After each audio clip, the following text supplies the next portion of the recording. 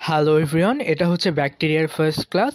So আমরা এই video থেকে ব্যাকটেরিয়া সিরিজটা শুরু করতে যাচ্ছি। সো ব্যাকটেরিয়া হচ্ছে একটা single cell prokaryotic micro organism, মানে হচ্ছে ওরা একটা সেল দিয়ে গঠিত এবং ওরা হচ্ছে prokaryotic. DNA not contained in separate nucleus. ওদের ডিএনএগুলো কোনো একটা সেপারেট নিউক্লিয়াসের মধ্যে এনক্লোজ নেই। যেমন ইউক্যারিওটিক সেলের ক্ষেত্রে যেমন একটা সেপারেট নিউক্লিয়াস থাকে এবং সেটার ভিতর ডিএনএ থাকে, বাট ওরা যেহেতু প্রোক্যারিওটিক, ওদের কোনো সেপারেট নিউক্লিয়াস নাই, তাই ওদের ডিএনএগুলো ঘোরাঘুরি করে। আর ওদের অ্যাপ্রক্সিমেট সাইজ হচ্ছে 0.1 থেকে 10 মাইক্রোমিটার। এই সাইজটা কিন্তু খুবই ছোট। সো ধরো যে 1 ট্রিলিয়ন ব্যাকটেরিয়াকে তুমি শুধু যদি একসাথে করো তাহলে মাত্র 1 গ্রাম হবে। তাহলে বুঝতেই পারছো যে ব্যাকটেরিয়া সাইজটা কতটা ছোট।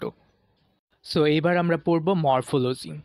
সো মরফোলজি বলতে আসলে বোঝানো হচ্ছে যে একটা ব্যাকটেরিয়ার আউটসাইড অ্যাপিয়ারেন্স কীরকম, সেইটার উপর বেস করেই আমরা মরফোলজিটা স্টাডি করি। যেমন মরফোলজি হতে পারে সাইজ, শেপ এবং সেলুলার অ্যারেঞ্জমেন্টস। আর সাইজের কথা তো একটু আগেই বললাম যে ব্যাকটেরিয়ার সাইজ হতে পারে 0.1 থেকে 10 মাইক্রোমিটার, মানে খুবই ছোট। সো আমরা যদি স্পেসিফিক এক্সাম্পল দিই তাহলে যেমন ধরো স্টেফাইলোকক্কি আর স্ট্রেপ্টোকক্কি, ওরা হচ্ছে স্ফেরিক্যাল শেপ। আর ওদের ডায়ামিটারটা হচ্ছে 0.75 থেকে 1.125 মাইক্রোমিটার। আবার ধরো টাইফয়েড বা ডিসেন্ট্রি ব্যাকটেরিয়ার কথা বলতে গেলে ওরা হচ্ছে সিলিন্ড্রিক্যাল শেপ এবং ওদের শেপ হচ্ছে 0.5 থেকে 1 মাইক্রোমিটার এবং ওদের লেন্থ হচ্ছে 2 থেকে 3 মাইক্রোমিটার। সো এইবার আমরা কথা বলবো শেপ অ্যান্ড অ্যারেঞ্জমেন্ট নিয়ে। সো ফার্স্টে দেখে নেই যে কক্কি গ্রুপের যারা আছে তাদের শেপ এবং অ্যারেঞ্জমেন্টটা কীরকম। সো ওরা হচ্ছে মেইনলি রাউন্ড থাকতে পারে, কিংবা ওভাল থাকতে পারে, এলংগেটেড থাকতে পারে, মানে বিভিন্ন স্পেরিক্যাল শেপের থাকতে পারে। এবং ওরা যখন রিপ্রোডিউস হওয়ার জন্য ডিভাইড হয়, ওরা আসলে একটার সাথে আরেকটা লেগে থাকে, একটা সেলের সাথে আরেকটা সেল লেগে থাকে। এর বিভিন্ন গ্রুপে ভাগ করা হয় এদের প্ল্যানের উপর বেস করে। সো যেমন হচ্ছে 1 plan, 2 plan, 3 plan, multiple plan. So 1 প্ল্যানের উদাহরণ যদি বলি তাহলে ডিপ্লোকক্কাই আর স্ট্রেপ্টোকক্কাই। যেমন দেখো এই ফিগারটাতে তোমরা দেখতে পাবে যে ডিপ্লোকক্কাই ওরা হচ্ছে 1 প্ল্যানে ডিভাইড হয় এবং 2টা কক্কিতে ওরা সেপারেট হয়ে যায় এবং ওরা হচ্ছে অ্যাটাচ থাকে, জোড়ায় জোড়ায় অ্যাটাচ থাকে এবং ওদের দেখতে কিছুটা বিন শেপ, যেমন আমাদের কিডনি দেখতে। যেমন আমরা যদি উদাহরণ বলি মোরেক্সেলা ক্যাথোরালিস। তারপর হচ্ছে স্ট্রেপ্টোকক্কাই ওরা হচ্ছে ডিভাইড হয় এবং চেইনের মতো অ্যাটাচ থাকে, যেমন স্ট্রেপ্টোকক্কাস নিউমোনিয়া। তারপর 2 প্ল্যানের কথা বললে এরা আসলে 2টা প্ল্যানে ডিভাইড হয়, 4টা টেট্রাড তৈরি করে, যেমন মাইক্রোকক্কাস লুটেয়াস। তারপর যদি বলি যে 3 প্ল্যানের কথা, তাহলে আমরা এখানে দেখতে পাচ্ছি যে ওরা হচ্ছে 3টা প্ল্যানে ডিভাইড থাকে এবং একটা কিউব লাইক স্ট্রাকচারের মতো থাকে, গ্রুপে থাকে। তারপর আমরা যদি প্ল্যানের কথা চিন্তা করি তাহলে ওরা হচ্ছে মাল্টিপল প্ল্যানে ডিভাইড হয়। এই কারণে আমরা চিত্রে তেমন ভাবে বুঝতে পারছি না, যেহেতু অনেকগুলো প্ল্যান আর ওরা হচ্ছে একটা বোর্ড শিটের মতো থাকে। এরপর আমরা বাকি জিনিসগুলো নেক্সট ভিডিওতে আলোচনা করব। Thank you. Hello everyone, welcome to the second video of bacteria. So আগের ক্লাসে আমরা দেখেছিলাম স্ফেরিক্যাল শেপ যেমন কক্কাই, ব্যাকটেরিয়াগুলোর সাইজ অ্যান্ড অ্যারেঞ্জমেন্ট কিভাবে থাকে। সো আজকের ক্লাসে দেখব যে রড শেপ ব্যাকটেরিয়া যেমন ব্যাসিলাই, ওরা কিভাবে শেপ অ্যান্ড অ্যারেঞ্জমেন্টে থাকে এটা দেখব। সো ব্যাসিলাই গ্রুপের সবাই মেনলি রড শেপড এবং এরা হচ্ছে দেখতে প্রায় যে এরকম রডের মতো এবং ওদের মানে ডিভাইড নিয়ে এত ঝামেলা নেই। আগেরটা যেমন প্ল্যানের বেসিসে অনেক গ্রুপিং করা হয়েছিল, বাট এরা তাদের শর্ট অ্যাক্সিস বরাবর নর্মালি ডিভাইড হয়ে যায় এবং এদের মোস্টলি সবাই রড শেপড এবং এদের কিছু গ্রুপিংস আছে, যেমন হচ্ছে ডিপ্লোব্যাসিলাই। ডিপ্লোব্যাসিলাই দেখতে অনেকটা এইরকম থাকে। ডিপ্লো মানে হচ্ছে 2 আর ব্যাসিলাই মানে হচ্ছে রড শেপ। তার মানে কি যে রড শেপ ব্যাকটেরিয়া 2টা পাশাপাশি থাকে। সো এটাই হচ্ছে ডিপ্লোব্যাসিলাই, যার এক্সাম্পল হচ্ছে ইকোলাই। এরপর হচ্ছে স্ট্রেপ্টোব্যাসিলাই। সো স্ট্রেপ্টোব্যাসিলাইরা মেইনলি এরকম থাকে যে একটার পর একটা রড শেপ চেইনের মতো থাকে। স্ট্রেপ্টো মানে হচ্ছে চেইন, আর ব্যাসিলাই মানে হচ্ছে রড শেপড। তার মানে কি যে রড শেপ ব্যাকটেরিয়াগুলো একটার পর একটা চেইনের মতো অবস্থান করবে। দেন হচ্ছে কক্কোব্যাসিলাই। কক্কোব্যাসিলাইরা মেইনলি দেখতে হচ্ছে এরকম একটা ডিমের আকৃতির, অ্যান্ড ওরা হচ্ছে মানে মেইনলি ওভাল শেপটের, যেমন হচ্ছে বর্ডেটেলা পার্টুসিস।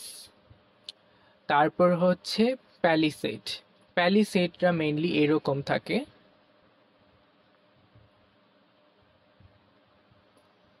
মানে হচ্ছে ওরা রড শেপ তো অবশ্যই হবে যেহেতু ওরা ব্যাসিলাই গ্রুপ। ওরা হচ্ছে প্যারালাল থাকে, একটা থেকে আরেকটা প্যারালাল থাকে। সো এই হচ্ছে মেইনলি আমাদের রড শেপড ব্যাকটেরিয়া। এরপর আমরা দেখব স্পাইরেলিয়াম গ্রুপের ব্যাকটেরিয়া, যারা হচ্ছে mainly spiral shaped. So spiral থেকেই বুঝতে পাচ্ছি যে এরা একটু দেখতে পেঁচানো পেঁচানো হবে। তারা অবভিয়াসলি তাই যে তাদের একটা বা একের থেকে অধিক টুইস্ট থাকে এবং এরা কখনো সোজা হতে পারে না। সো এদের 3টা গ্রুপে ভাগ করা হয়েছে। একটা হচ্ছে ভাইব্রিওস। ভাইব্রিওস দেখতে একটা সিঙ্গেল কার্ভ, ওরা হচ্ছে কম আকৃতির। অ্যান্ড সেকেন্ডটা হচ্ছে স্পাইরিলিয়াম। ওরা হচ্ছে একটু রিজিড টাইপের থাকে এবং ওরা হচ্ছে একের থেকে বেশি কার্বস থাকে, মানে সর্বনিম্ন 2টা কার্বস থাকবে, এর থেকে আর বেশি কার্বসও থাকতে পারে। এরা একটু দেখতে স্ক্রু এর মতো। আরেকটা হচ্ছে স্পাইরোচেটস, যাদের হচ্ছে অনেকগুলো কার্ব থাকে এবং ওরা হচ্ছে ফ্লেক্সিবল। ওদের 2 থেকে অধিক কার্ভ থাকতে হবে, আর ওদের একটু ওয়েভি মুভমেন্ট থাকে, ফ্লেক্সিবল বডি, সেই জন্য ওরা ওয়েভি মুভমেন্টের মাধ্যমে চলাচল করে। হ্যালো এভরিওয়ান, আমরা এবার দেখব স্ট্রাকচার অফ ব্যাকটেরিয়া। সো এটা দেখতে পাচ্ছ যে এটা একটা ব্যাকটেরিয়া, আর ব্যাকটেরিয়া সবার বাইরের অংশ হচ্ছে সেল ওয়াল, আর সেল ওয়ালের ভিতরে হচ্ছে এটা সাইটোপ্লাজমিক মেমব্রেন, আর ভিতরের অংশটা হচ্ছে সাইটোপ্লাজম। আর এই যে সবুজ গোল গোল এগুলি হচ্ছে রাইবোজোম। দেন এটা হচ্ছে আমাদের ডিএনএ, আর এটা হচ্ছে ব্যাকটেরিয়ার ফ্লাজেলা, যেটার মাধ্যমে হচ্ছে ব্যাকটেরিয়া চলাচল করে। আর ফ্লাজেলা সম্পর্কে আমরা একটু পরে জানতে চলেছি। তো ফ্লাজেলা হচ্ছে মেনলি স্পাইরাল শেপ এবং যেটা হচ্ছে প্রোটিন এবং ফ্লাজেলিন দিয়ে গঠিত। আর যেই সব ব্যাকটেরিয়া ফ্লাজেলা থাকে তারা হচ্ছে মোটাইল মানে চলমান, আর যেই সব ব্যাকটেরিয়া ফ্লাজেলা থাকে না তারা নন মোটাইল মানে চলমান না। আর ব্যাকটেরিয়া যাদের ফ্লাজেলা নেই তাদের বলা হচ্ছে অ্যাট্রিকোয়াস। সো এই ফ্লাজেলার নাম্বারের উপর বেস করে আবার কিছু ক্লাসিফিকেশন করা হয়েছে, যেমন মনোট্রাইকোয়াস। এদের ক্ষেত্রে হচ্ছে আমাদের একটা পোলে শুধুমাত্র একটাই ফ্লাজেলা থাকে, যেমন ভাইব্রিও কলেরা, শুধুমাত্র একটাই ফ্লাজেলা থাকে। তারপর হচ্ছে লোফোট্রাইকোয়াস। সো এদের বাঞ্চ অফ ফ্লাজেলা থাকে, সেটা হতে পারে এক পোলে বা 2 পোলেই হতে পারে, যেমন হচ্ছে হেলিকোব্যাক্টার পাইলোরি। তারপর হচ্ছে অ্যামফিট্রাইকোয়াস। তো ওদের সিঙ্গেল ফ্লাজেলা থাকে বাট হচ্ছে 2 পোলেই থাকে, 2 পোলে একটা একটা করে টোটাল 2টা ফ্লাজেলা থাকে, যেমন ক্যাম্পিলোব্যাক্টার কোলাই। এরপর লাস্ট ক্লাসিফিকেশন হচ্ছে পেট্রিকোয়াস।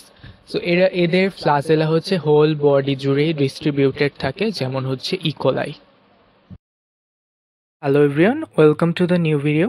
সো আজকের এই ভিডিওতে আমরা ফ্লাজেলা স্ট্রাকচার সম্পর্কে আলোচনা করব। সো ফ্লাজেলা স্ট্রাকচার মেইনলি 3টা পার্টে ডিভাইডেড।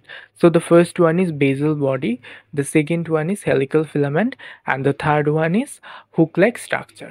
সো বেসাল বডির মাধ্যমে মেইনলি ফ্লাজেলাটা সেল ওয়াল এবং প্লাজমা মেমব্রেনের সাথে লেগে থাকে। অ্যান্ড সেকেন্ড পার্ট হচ্ছে হেলিক্যাল ফিলামেন্ট, যেটা হচ্ছে longest part of flagella. And last one is hook like structure, যার বেসিক্যালি কাজ হচ্ছে যে সে হেলিক্যাল ফিলামেন্টের রোটেশনকে কন্ট্রোল করে। And one of the most important characteristics of flagella is এটা ক্যামোট্যাক্সিসে হেল্প করে। সো ক্যামোট্যাক্সিস হচ্ছে এমন একটা প্রসেস যার মাধ্যমে ব্যাকটেরিয়াটা নিউট্রিয়েন্টের দিকে ছুটে যায় বাট কোনো হার্মফুল কেমিক্যাল থেকে দূরে সরে আসে। আমরা গ্লাইকোকালিক্স সম্পর্কে জানব। সো কিছু কিছু ব্যাকটেরিয়ার আউটার লেয়ারে কিছু ভিসকোয়াস জিলাটিনাস পলিমার লেয়ার থাকে যেটাকে বলা হচ্ছে গ্লাইকোক্যালিক্স। সো এই গ্লাইকোক্যালিক্স হচ্ছে পলিস্যাকারাইড, পলিপেপটাইড বা বোথ পলিস্যাকারাইড অ্যান্ড পলিপেপটাইড দিয়ে গঠিত হতে পারে। সো ক্যারেক্টারিস্টিক্সের উপর বেস করে এই গ্লাইকোক্যালিক্সকে বিভিন্ন নাম দেওয়া হয়েছে, যেমন capsule, slime layer. So capsule কখন বলবো? যদি সাবস্টেন্সগুলো অর্গানাইজ থাকে এবং সেল ওয়ালের সাথে ফার্মলি মানে দৃঢ়ভাবে অ্যাটাচ থাকে, তাহলে সেই গ্লাইকোক্যালিক্সকে বলা হচ্ছে ক্যাপসুল। আর ওদের ইজিলি ওয়াশ আউট করা যায় না। আর সেকেন্ডটা হচ্ছে স্লাইম লেয়ার। সো যদি আমাদের সাবস্টেন্সগুলো আনঅর্গানাইজড এবং লুজলি অ্যাটাচ থাকে সেল ওয়ালের সাথে, তাহলে সেই গ্লাইকোক্যালিক্সকে আমরা বলছি স্লাইম লেয়ার। সো ক্যাপসুলেটেড ব্যাকটেরিয়ার উদাহরণ হচ্ছে স্ট্রেপ্টোকক্কাস নিউমোনিয়া, আর নন ক্যাপসুলেটেড ব্যাকটেরিয়ার উদাহরণ হচ্ছে স্যালমোনেলা। তো রোল অফ গ্লাইকোক্যালিক্স। সো গ্লাইকোক্যালিক্সের কারণে আমাদের ব্যাকটেরিয়া সেলগুলো ডিহাইড্রেটেড হতে পারে না। আর গ্লাইকোক্যালিক্স লেয়ারের একটা ভিসকোসিটি থাকে, যার কারণে সেলের ইনসাইডে যে নিউট্রিয়েন্টসগুলো থাকে সেগুলো বাইরে চলে যেতে পারে না। Hello everyone, welcome to the new video. So আজকের এই ভিডিওতে আমরা ব্যাকটেরিয়া সেল ওয়াল নিয়ে আলোচনা করব। সো ব্যাকটেরিয়া সেল ওয়ালটা মেইনলি রিজিড থাকে এবং প্লাজমা মেমব্রেনের বাইরে থাকে, এবং এটা মোটামুটি সব ব্যাকটেরিয়ার জন্য কমন। বাট কিছু কিছু ব্যাকটেরিয়ার ক্ষেত্রে সেল ওয়ালটা অতটা এস্টাবলিশড না, ওদের বলা হচ্ছে অ্যাটিপিক্যাল ব্যাকটেরিয়া। আর ব্যাকটেরিয়ার সেল ওয়ালের ফাংশন হচ্ছে যে ও ব্যাকটেরিয়ার ইন্টিগ্রিটিকে মেনটেন করে এবং এক্সটার্নাল এবং ইন্টারনাল অসমোটিক প্রেশার ডিফারেন্স থেকে ব্যাকটেরিয়াকে প্রোটেক্ট করে, টক্সিক সাবস্ট্যান্স থেকেও ব্যাকটেরিয়াকে প্রোটেক্ট করে। সো এবার আমরা দেখব chemical composition of bacterial cell wall. So bacterial cell ওয়ালটা মেনলি পেপটাইড ও গ্লাইকান দিয়ে তৈরি। সো পেপটাইড ও গ্লাইকান হচ্ছে একটা ম্যাক্রোমলিকিউলার নেটওয়ার্ক, যেটা হচ্ছে একা থাকতে পারে কিংবা অন্যান্য সাবস্ট্যান্সের সাথে কম্বিনেশনেও থাকতে পারে। আর এই পেপটাইড ও গ্লাইকানগুলো বেসিক্যালি হচ্ছে রিপিটেড ডাইস্যাকারাইড, যারা হচ্ছে পলিপেপটাইড বন্ড দিয়ে অ্যাটাচ থাকে একটার সাথে আরেকটা, এবং এই স্ট্রাকচারটাই মেইনলি হোল সেলকে প্রোটেক্ট করে। আর এই ডাইস্যাকারাইড পোর্শনটা আবার বিভিন্ন মনোস্যাকারাইড পোর্শন দিয়ে গঠিত। সেই মনোস্যাকারাইডের মধ্যে থাকে N acetyl glucosamine, N acetyl muramic acid. So আজকের ভিডিও এই পর্যন্ত। Hello everyone, welcome to the new video. So আজকের এই ভিডিওতে আমরা Gram positive bacteria cell wall নিয়ে আলোচনা করব। So Gram positive bacteria cell wall মূলত দুইটা কম্পোনেন্ট দিয়ে তৈরি। একটা হচ্ছে পেপটিডোগ্লাইকান লেয়ার অ্যান্ড আরেকটা ইম্পর্টেন্ট কম্পোনেন্ট হচ্ছে teichoic acid. So most of the Gram positive ব্যাকটেরিয়ার যে আউটার লেয়ার সেটা পেপটিডোগ্লাইকান দিয়ে তৈরি, এবং পেপটিডোগ্লাইকানের অনেকগুলো লেয়ার থাকে, যার কারণে গ্রাম পজিটিভ ব্যাকটেরিয়া সেল ওয়ালটা রিজিড এবং থিক হয় compare to the Gram negative bacteria, কারণ ওদের পেপটিডোগ্লাইকান লেয়ারটা খুবই থিন হয়। সো গ্রাম পজিটিভ ব্যাকটেরিয়ার মধ্যে একটা ইম্পর্টেন্ট কম্পোনেন্ট থাকে যেটা হচ্ছে টেইকোইক অ্যাসিড। সো টেইকোইক অ্যাসিড মূলত একটা অ্যালকোহল, যেমন হতে পারে গ্লিসারল, এবং এই অ্যালকোহলের সাথে থাকে হচ্ছে ফসফেট। সো এই দুইটা মিলে টেইকোইক অ্যাসিড গঠিত হয়। সো টেইকোইক অ্যাসিড হচ্ছে পেপটিডোগ্লাইকানের সাথে কোভ্যালেন্টলি বন্ডেড হতে পারে, কিংবা প্লাজমা মেমব্রেনের লিপিডের সাথেও অ্যাটাচ থাকতে পারে। যদি টেইকোইক অ্যাসিড প্লাজমা মেমব্রেনের লিপিডের সাথে অ্যাটাচ থাকে, সেই ক্ষেত্রে আমরা তাকে বলছি লিপোটেইকোইক অ্যাসিড। আর যেহেতু টেইকোইক অ্যাসিডের মধ্যে নেগেটিভ চার্জ থাকে, যেহেতু ওটার কম্পোনেন্ট হিসেবে ফসফেট থাকে, আর ফসফেট নেগেটিভলি চার্জড, টেইকোইক অ্যাসিড হচ্ছে আমাদের ক্যাটায়নের মুভমেন্টকে রেগুলেট করতে পারে। মানে কোনো ক্যাটায়ন কি সেল থেকে বের হবে নাকি ঢুকবে, এটা সে রেগুলেট করতে পারে। হ্যালো এভরিওয়ান, আজকের এই ভিডিওতে আমরা গ্রাম নেগেটিভ ব্যাকটেরিয়া সেল ওয়ালের কম্পোজিশন নিয়ে আলোচনা করব। সো ওদের সেল ওয়ালের মধ্যে মেইনলি চারটা কম্পোনেন্ট থাকে, যেটা হচ্ছে lipopolysaccharide, lipoprotein, phospholipid and peptidoglycan. Gram positive ব্যাকটেরিয়ার সেল ওয়ালের তুলনায় গ্রাম নেগেটিভ ব্যাকটেরিয়ার সেল ওয়ালটা খুবই কমপ্লেক্স। সো ওদের হচ্ছে পেপটিডোগ্লাইকানটা থিন থাকে। আমরা গ্রাম পজিটিভের ক্ষেত্রে দেখেছিলাম যে ওদের অনেকগুলো পেপটিডোগ্লাইকান একসাথে হয়ে একটা মোটা লেয়ার তৈরি করে।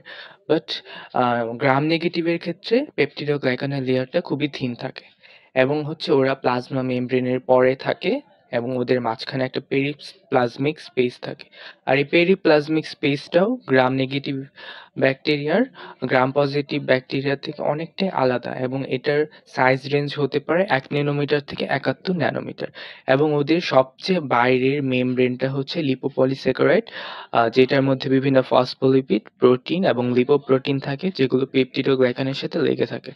এবং পোরিন নামে একটা প্রোটিনের গ্রুপ থাকে, যেটা হচ্ছে একটা চ্যানেল তৈরি করে, যার মাধ্যমে বিভিন্ন ছোট হাইড্রোফিলিক মলিকিউল এবং বিভিন্ন নিউট্রিয়েন্ট ক্রস করতে পারে আউটার মেমব্রেন।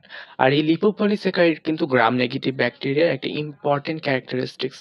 সো ওরা হচ্ছে বিভিন্ন কমপ্লেক্স মলিকিউল, যেমন লিপিড, কার্বোহাইড্রেট এবং আরও 3টা কম্পোনেন্ট দিয়ে তৈরি। সেই 3টা কম্পোনেন্ট হচ্ছে lipid A, core polysaccharide and O antigen. আর এই লিপিড পোর্শনকে বলা হচ্ছে পাইরোসিন, যেটা হচ্ছে বিভিন্ন ডায়রিয়া, ফিভার এগুলির জন্য দায়ী। আর কোর পলিস্যাকারাইড হচ্ছে লিপিডের সাথে অ্যাটাচ থাকে, এবং ও অ্যান্টিজেন হচ্ছে কোর পলিস্যাকারাইড থেকে এক্সটেন্ড হয় এবং বিভিন্ন সুগার মলিকিউল দিয়ে তৈরি।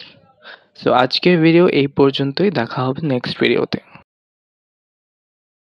Hello everyone, welcome to the new video. So আজকের এই ভিডিওতে আমরা প্লাজমিড নিয়ে আলোচনা করব। সো প্লাজমিড হচ্ছে small double standard extra chromosomal DNA molecule. তো ওরা হচ্ছে যে এমন একটা ডিএনএ মলিকিউল যেটা হচ্ছে ব্যাকটেরিয়ার যে মেইন ক্রোমোজোম থাকে তার সাথে অ্যাটাচ থাকে না, তারা ইন্ডিপেন্ডেন্ট থাকে, তারা ব্যাকটেরিয়াল ক্রোমোজোমের সাথে কানেক্টেড থাকে না। সো তারা ইন্ডিপেন্ডেন্টলি রেপ্লিকেট হতে পারে, তাদের ক্রোমোজোমাল ডিএনএর উপর ডিপেন্ড করতে হয় না।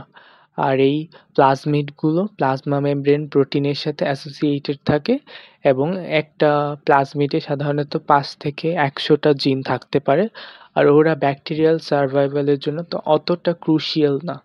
আর প্লাজমিড যেহেতু একটা অতিরিক্ত অংশ, সো আমরা সেলের মধ্যে যদি কোনো প্লাজমিড অ্যাড করি বা সেল থেকে প্লাজমিড রিমুভ করি, তাতে ব্যাকটেরিয়াল সেলের কোনো ক্ষতি হয় না।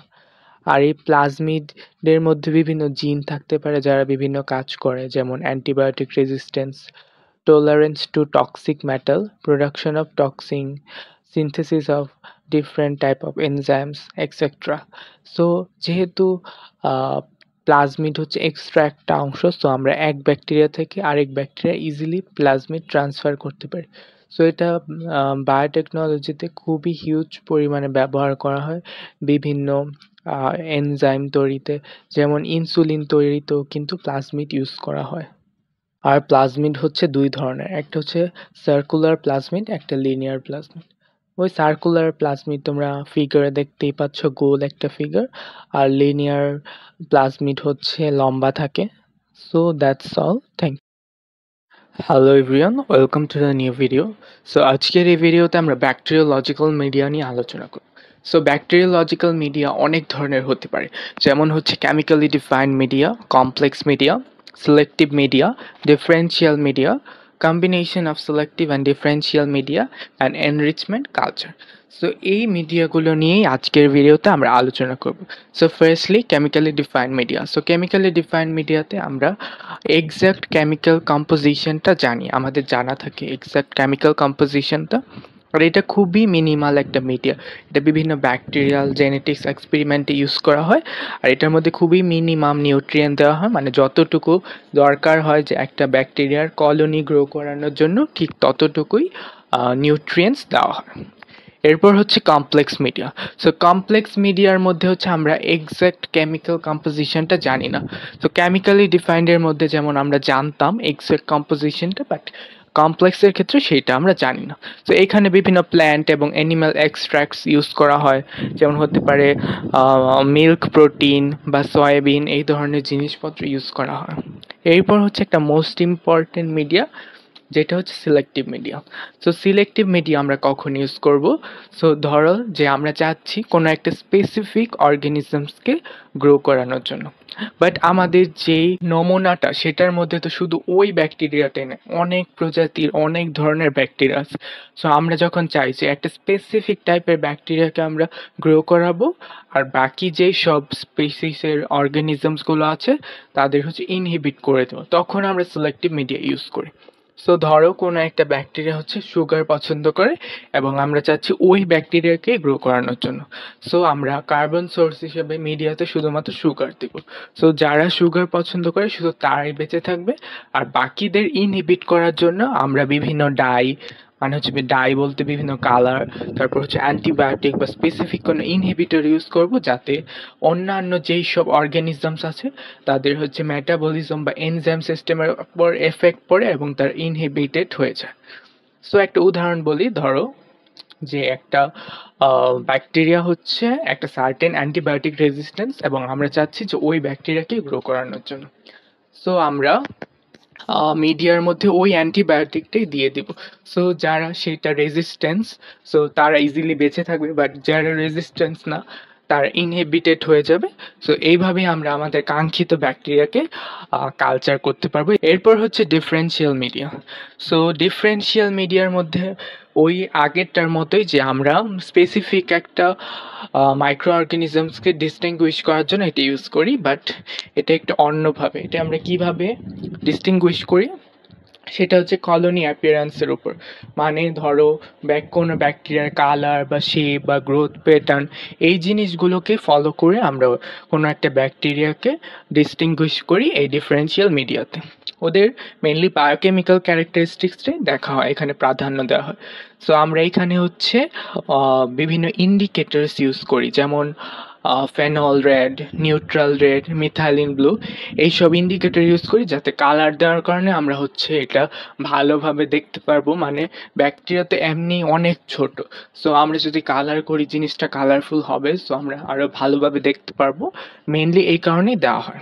এটা হচ্ছে বিভিন্ন মাইক্রো অর্গানিজম ডিটেকশন কিংবা রিকম্বিনেন্ট ডিএনএ স্ট্রেন ডিটেকশনের ক্ষেত্রে ইউজ করা হয়। সো আমরা হচ্ছে মিক্সচারের মধ্যে যদি ব্লাড কন্টেনিং এগার এড করি, তো আমরা এটার মাধ্যমে বিভিন্ন হেমোলাইটিক আর নন হেমোলাইটিক ব্যাকটেরিয়াকে আলাদা করতে পারবো। সো হেমোলাইটিক ব্যাকটেরিয়া হচ্ছে যারা হচ্ছে আরবিসিকে লাইসিস করতে পারে, মানে আরবিসিকে ব্রেকডাউন করতে পারে। আর নন হেমোলাইটিক মানে হচ্ছে যারা আরবিসিকে ব্রেকডাউন করতে পারে না। সো আমরা যদি ব্লাড কন্টেইনিং এগার ইউজ করি মিডিয়ার মধ্যে, সো যারা হেমোলাইসিস তারা ইজিলি আরবিসিকে ব্রেকডাউন করবে। সো সেখানে একটা চেঞ্জেস দেখা যাবে এবং আমরা হেমোলাইটিক এবং নন হেমোলাইটিকের মধ্যে একটা ডিফারেন্সিয়েট করতে পারবো। সো একটা এক্সাম্পল দেই, যেমন স্ট্রেপ্টোকক্কাস পাইরোজেন, ওরা হচ্ছে causative agent of strep throat. Okay, ওরা হচ্ছে এই আরবিসিকে লাইসিস করতে পারে। সো আমাদের মিডিয়ার মধ্যে যদি এই স্ট্রেপ্টোকক্কাস পাইরোজেন থাকে তাহলে ওরা হচ্ছে আরবিসিকে লাইসিস করে একটা চেঞ্জেস আনবে যার মাধ্যমে আমরা ওদের ডিটেক্ট করতে পারবো। এবার হচ্ছে combination of selective and differential media. So আমরা নাম শুনেই বুঝতে পারছি যে সিলেক্টিভ আর ডিফারেন্সিয়াল দুইটার একটা কম্বিনেশনে তৈরি এই মিডিয়ামটা। সো এই মিডিয়ামটা কোথায় কোথায় ইউজ করা হয়? সো আমরা মেইনলি এটা পাবলিক হেলথ মাইক্রোবায়োলজিতে ইউজ করি। তারপর হচ্ছে যে ওয়াটার কোয়ালিটি ডিটারমাইনিংয়ে ইউজ করা হয়। তারপর ফুড পয়জনিংয়ের কারণ জানতেও কিন্তু এটা ইউজ করা হয়। ফর এক্সাম্পল ম্যাককনকি এগার। সো এটার মধ্যে মেনলি বাইল সল্ট এবং ক্রিস্টাল ভায়োলেট ডাই থাকে, যেটা হচ্ছে গ্রাম পজিটিভ ব্যাকটেরিয়াকে ইনহিবিট করে দেয় আর গ্রাম নেগেটিভ ব্যাকটেরিয়ার গ্রোথকে অ্যালাউ করে। সো আমরা এবার গ্রাম নেগেটিভ ব্যাকটেরিয়াওকে আলাদা করতে পারবো যদি আমরা এটার মধ্যে ল্যাকটোজ অ্যাড করি। সো যেই সব ব্যাকটেরিয়া হচ্ছে ল্যাকটোজকে ইউজ করে অ্যাসিড প্রডিউস করতে পারবে, আর যারা হচ্ছে ল্যাকটোজকে ইউজ করতে পারবে না, সো এই জিনিসটার উপর বেস করেও কিন্তু আমরা এই গ্রাম নেগেটিভ ব্যাকটেরিয়াকে আবার ফার্দার ডিফারেন্সিয়েট করতে পারবো। আর যারা হচ্ছে ল্যাকটোজকে ইউজ করে তারা হচ্ছে অ্যাসিডিক এবং তারা রেডিশ কালার হয়ে যায়। এরপর হচ্ছে এনরিচমেন্ট কালচার। সো এটা কখন ইউজ করি? ধরো আমরা স্যাম্পলের মধ্যে এমন একটা ব্যাকটেরিয়াকে গ্রো করাতে চাচ্ছি যেটা হচ্ছে খুবই অল্প পরিমাণে আছে। আমরা যেটা চাচ্ছি সেটা খুব অল্প পরিমাণে আছে, বাট আদার সব ব্যাকটেরিয়া অনেক হিউজ পরিমাণে আছে। আমরা এনরিচমেন্ট কালচার মিডিয়া ইউজ করি। সো যেমন ধরো সয়েল বা ফিকাল স্যাম্পলের ক্ষেত্রে ইউজ করি, কারণ সয়েল বা ফিকাল স্যাম্পল এমনিই থাকে অল্প, তার মধ্যে কোনো একটা স্পেসিফিক অর্গানিজমকে খুঁজতে চাইলে সেটা তো আরও কম পরিমাণে থাকে। সো সেই ক্ষেত্রে আমরা এনরিচমেন্ট কালচার ইউজ করি। সো ওরা হচ্ছে মেইনলি লিকুইড টাইপের থাকে এবং এর মধ্যে বিভিন্ন নিউট্রিয়েন্ট দেওয়া হয় এবং বিভিন্ন এনভায়রনমেন্টাল কন্ডিশনে প্রোভাইড করা হয়। মানে আমরা যেই মাইক্রোবসটাকে গ্রোথ করাতে চাচ্ছি তার জন্য যেই অপটিমাম যে এনভায়রনমেন্টটা দরকার, ওর জন্য যেটা সুইটেবল সেইটা প্রোভাইড করা হয়। আর তারপর হচ্ছে, তো ওই হিসাবে আমরা বলতে পারি যে এটাও একটা সিলেক্টিভ মিডিয়া, কারণ আমরা একটা সিলেক্টিভ একটা মাইক্রো অর্গানিজমসকে মানে গ্রো করাতে চাচ্ছি। আর এটা হচ্ছে মেইনলি আমরা ইউজ করি যে স্মল নাম্বার অফ যে মাইক্রো অর্গানিজম থাকে যেটা গ্রো করাতে চাচ্ছি সেটার সংখ্যা বাড়ানোর জন্য, যেটা আগেই বললাম। কিন্তু সিলেক্টিভ মিডিয়ার সাথে এটার পার্থক্য হচ্ছে যে সিলেক্টিভ মিডিয়াতে আমরা কিন্তু বিভিন্ন ইনহিবিটর ইউজ করি, বাট এই ক্ষেত্রে কোনো ইনহিবিটর ইউজ করব না। সো একটা এক্সাম্পল দিয়ে বলি, যেমন যদি বলি যে ফেনল অক্সিডাইজিং ব্যাকটেরিয়া, সেটা আমরা একটা সয়েল স্যাম্পল থেকে আলাদা করতে চাচ্ছি। সো আমরা মিডিয়ার মধ্যে বিভিন্ন অ্যামোনিয়াম সল্ট এবং ফেনল ইউজ করব এবং কার্বন সোর্স এবং এনার্জি হিসেবে। সো যারা হচ্ছে ফেনলকে অক্সিডাইজড করতে পারবে তারাই কিন্তু বেঁচে থাকবে, তারাই হচ্ছে আমাদের লার্জ নাম্বারে প্রডিউসড হবে। সো আমরা যদি পরে সিরিয়াল ডাইলিউশন করি, সো আমরা ফেনল অক্সিডাইজিং ব্যাকটেরিয়াই বেশি পরিমাণে পাবো।